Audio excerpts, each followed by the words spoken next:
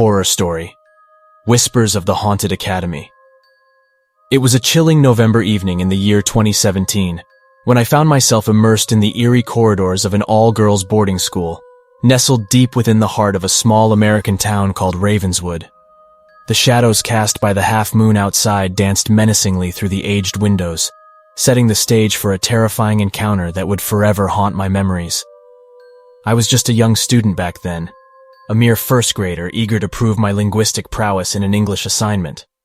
The task at hand involved dissecting sentences, meticulously identifying subjects, verbs, objects, and deciphering their grammatical structures. With a tinge of arrogance, I scribbled away on my desk, relishing the opportunity to showcase my skills and even capturing the moment on my social media platform. Little did I know that this fateful night would become etched in my mind for a completely different reason. As I focused on my assignment, an unnerving sensation slithered its way into my awareness. Someone, or something, seemed to pass by me repeatedly, their presence lingering in the air. At first I dismissed it as mere figments of my imagination, a byproduct of fatigue and late-night solitude. Ignoring the disquiet in my gut, I pressed on with my work, but the spectral presence persisted, growing more palpable with each passing moment. Something compelled me to turn my gaze towards the dimly lit dormitory, where my fellow students lay nestled in their beds, seemingly oblivious to the unearthly energy that saturated the air. It was then that I realized the truth. They were not the ones traversing the halls in the dead of night. Whispers of fear began to trickle through my lips as I confided in my roommate, who remained awake on the bunk opposite mine. I shared my unnerving encounters, desperately seeking solace or perhaps validation. Yet her dismissive response only fueled the unease festering within me. With a forced smile, she urged me to dismiss the specter as a product of exhaustion, advising me to tidy up my desk and retire for the night. Reluctantly, I complied, determined to find respite in sleep. But as I turned to bid my roommate goodnight, terror engulfed my being. A grotesque visage materialized before my eyes, mere inches from my face. Its gaping maw and enlarged eyes seemed to pierce the veil of reality, freezing me in a state of pure horror. A scream tore from my throat as I recoiled, inadvertently colliding with the wall, causing the bunk beds to tremble. Yet the room remained undisturbed, oblivious to the macabre spectacle that had just unfolded. My roommate, roused by the commotion, questioned me with concern. I gasped for breath, struggling to explain the horrifying apparition that had confronted me. But she merely smiled, oblivious to the sinister presence that still lingered, unseen to her eyes. With trembling hands, I shut my eyes tightly, grasping at my blanket, praying that this malevolent entity would retreat into the darkness from whence it came. Eventually, slumber enveloped me, bringing temporary respite from the terrors that had plagued my waking hours. The following day arrived devoid of any abnormality, leaving me questioning the sanity of my own recollections. Others within the dormitory claimed ignorance, blissfully unaware of the spectral encounters that had tormented me. Yet, deep within my core, I remained convinced that what I had experienced was more than a mere hallucination. Desperate for answers, I confided in my parents upon returning home for the weekend. Concerned for my well-being, they whisked me away to my grandmother's secluded cabin, nestled amidst the thick woods of Ravenswood. Here, in the company of my wise matriarch, I sought refuge from the horrors that had plagued my soul. My grandmother, a woman of esoteric knowledge and ancient wisdom, recognized the gravity of my plight. In whispered hushes, she spoke of forces beyond mortal comprehension, of restless spirits yearning to be heard. She delved into our family's dark history, uncovering the secrets of forgotten rituals and ancient relics. Under the guidance of a skilled medium, my grandmother unveiled the truth hidden within the depths of my birth chart.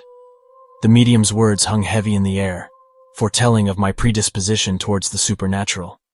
I was born at the stroke of midnight, a time when the veil between the living and the dead grew thin, granting me a perilous gift, the sight of the ethereal.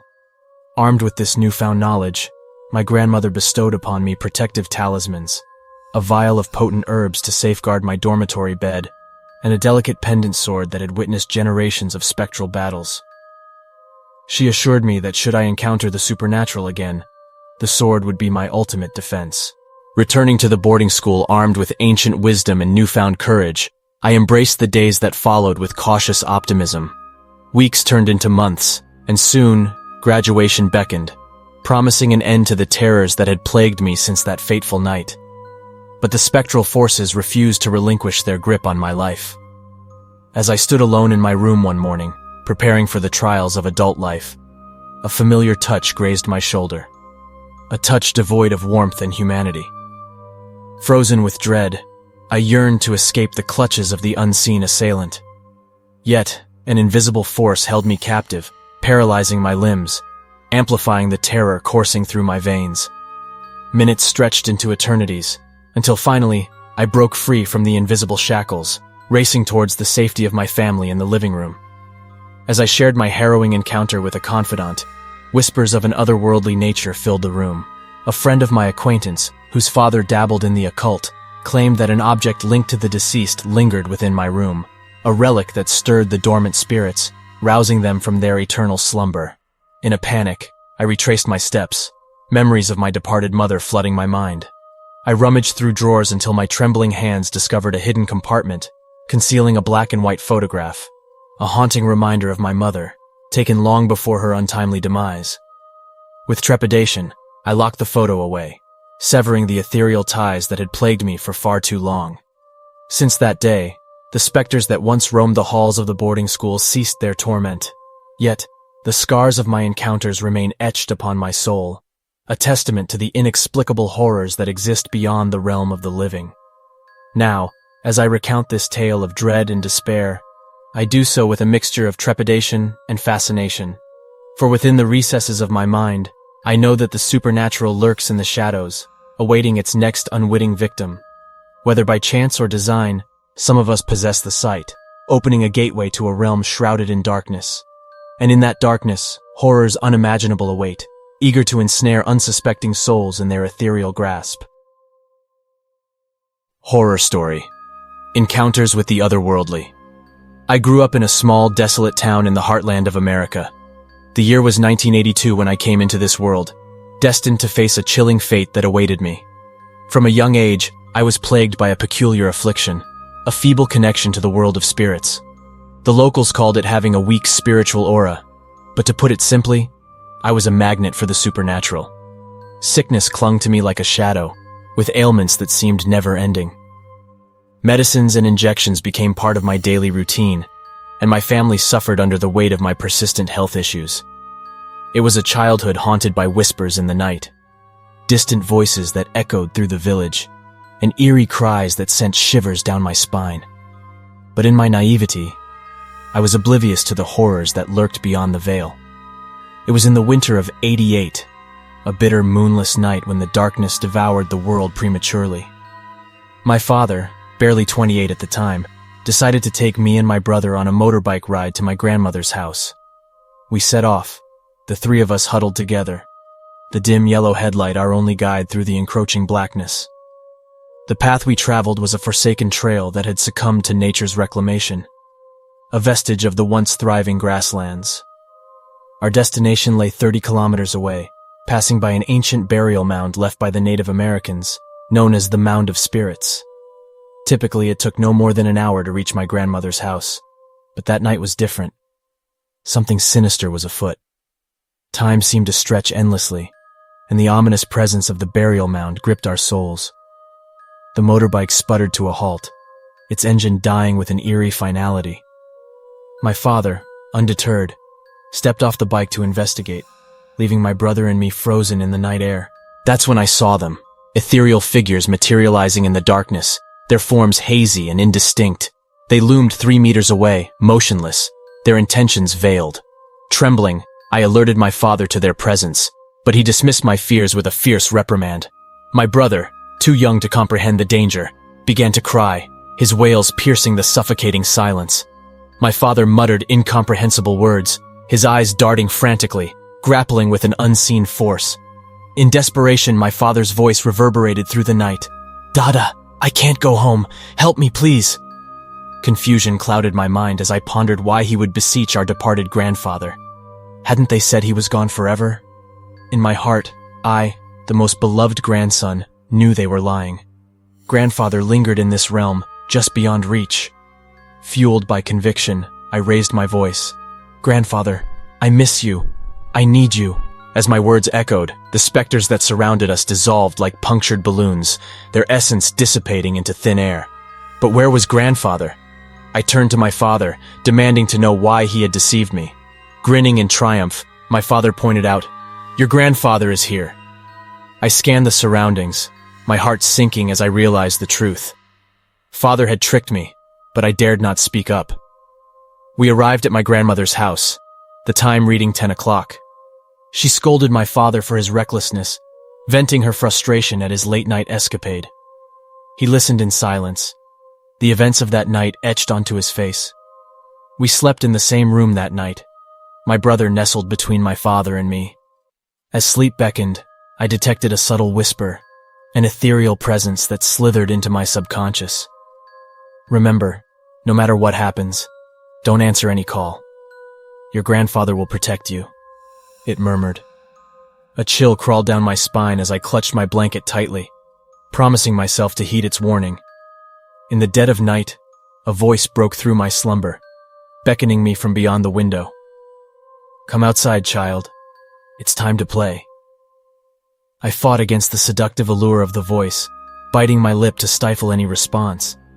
My heart pounded in my chest as the voice grew more insistent, more demanding. It called to me with familiarity, adopting the voice of my mother, my grandmother, even my own. Panic overwhelmed me, threatening to consume my fragile resolve.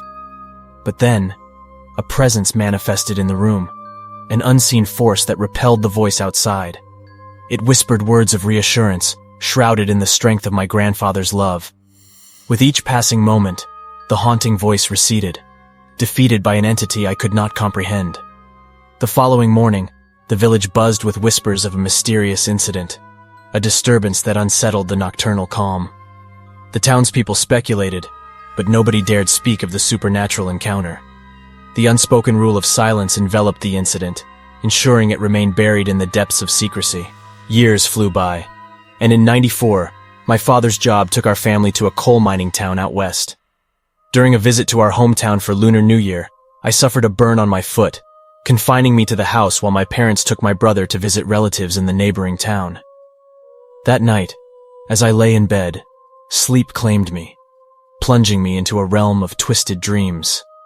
In my slumber, I traversed the southern hills, where a pack of wild creatures roamed with malevolence gleaming in their eyes. They appeared as wolves in my dream, yet in hindsight, they resembled foxes, creatures rarely seen in our folklore. Wolves, however, were common, their existence confirmed by the slain bodies villagers displayed in the streets. But foxes? Almost unheard of.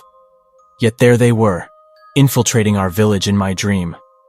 One of the creatures ventured into my grandmother's house, moving from door to door, demanding offerings from the frightened townsfolk.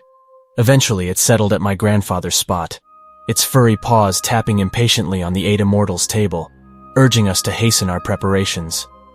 We cooked a pot of lamb stew, which the creature devoured with ravenous impatience. After finishing its meal, it turned to me and spoke words that sliced through the dream like a knife. "Ignore anyone who calls for you. Your grandfather will protect you." I jolted awake, senses heightened, but all I could hear was my grandmother's gentle breathing. Did I mention that, in our region, we slept together on a kang bed? An innate impulse surged within me, urging me to respond to the creature's request. But a flicker of memory flashed before my eyes, reminding me of the dream's warning. A creeping fear took hold as I sensed someone calling my name from outside, not audibly, but through an inexplicable connection. Only my grandmother's rhythmic breathing reached my ears. Trembling with fear, I soaked my bed in cold sweat. Moments later, a second presence materialized outside, as if one entity was exacting retribution upon the other. It was a ghostly duel fought in silence. Morning came, and my parents returned, unaware of the struggle that had unfolded in the night. I never told them what happened, fearing the consequences of speaking the forbidden truth.